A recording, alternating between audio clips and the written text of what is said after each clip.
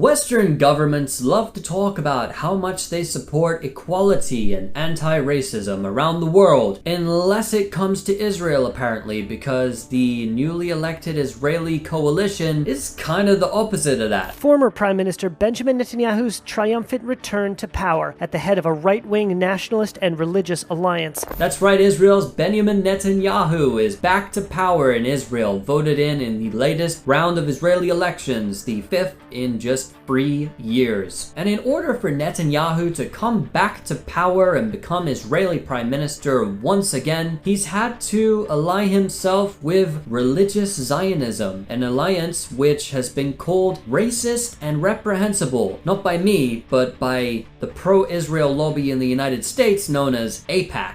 Hard-right Israeli parliamentarian Bezalel Smotrich says that Israel would be better off living under Jewish biblical law instead of civil law, like in the days of King David. So first, in order to understand what's going on at the moment and the silence which has occurred in the Western press over this for the most part, we have to understand how the Israeli political system works in a basic sense, and that is to understand that in the Israeli Knesset or parliament, there is 120 seats. In order to form a coalition government, which is always the case in Israel, that a coalition of parties have to come together to form a government and cabinet, the ruling coalition must claim at least 61 seats inside of the Israeli Knesset. And Netanyahu, with the help of the religious Zionism slate and a number of other parties, has been able to pass that threshold and form a government. But the big thing this time that everyone is talking about is the fact that Netanyahu is not exactly able to run the show as he once could, with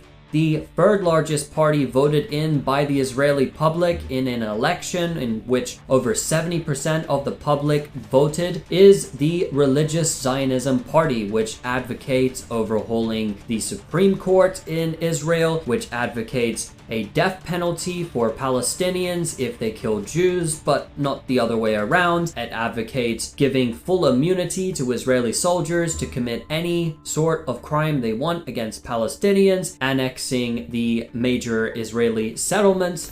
עם ישראל בא לארץ ישראל, זו הארץ שלנו, באנו לנחול אותה, זה לא פתוח למשא ומתן.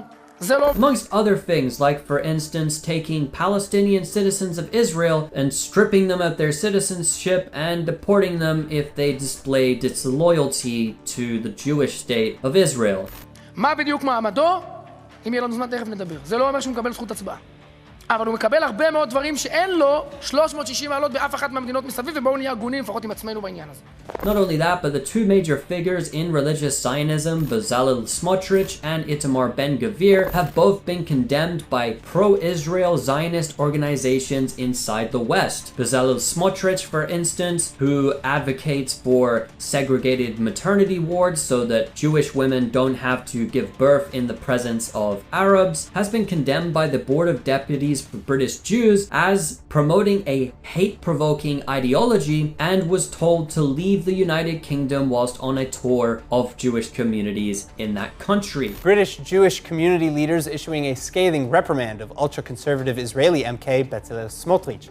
The rare rebuke calling on Smotrich to leave the country over his, quote, hateful ideology. Itamar Ben-Gvir took over the current party that he heads, Jewish Power, from a man called Ben Zion Gopstein, who was banned from entering the Knesset or running for it due to racism, which is sort of funny because Itamar Ben-Gvir himself has actually been charged with racism, inciting violence, and supporting a terrorist organization, along with roughly around 50 other charges himself. Ben Zion Gopstein currently is still friends with Itamar Ben-Gvir and heads up an organization called Lehava, which advocates segregation between Jews and Arabs, and has played a part in the Death to Arab marches in Jerusalem, which have caused much tension between Palestinians and Israelis. Itamar Ben-Gvir himself owns a home in an illegal settlement located in El Khalil or Hebron in the West Bank, and was said to have hung a framed poster of a man called Baruch Goldstein, a extremist terrorist who was part of the CAC movement, which was outlawed in the United States and in Israel as a terrorist movement, Goldstein is infamous for massacring almost 30 Palestinians and injuring over 100 in the Ibrahimi Mosque massacre in Hebron. And this is somebody that Itamar Ben-Gvir himself sort of looks up to. Not only that, but Ben-Gvir, who is now an Israeli kingmaker in forming the next coalition with Netanyahu, wants to take over the security apparatus of the Israeli state. And Ben-Gvir himself was a member of the CAC movement as a youth. A West Bank settler and former member of the outlawed Kach group,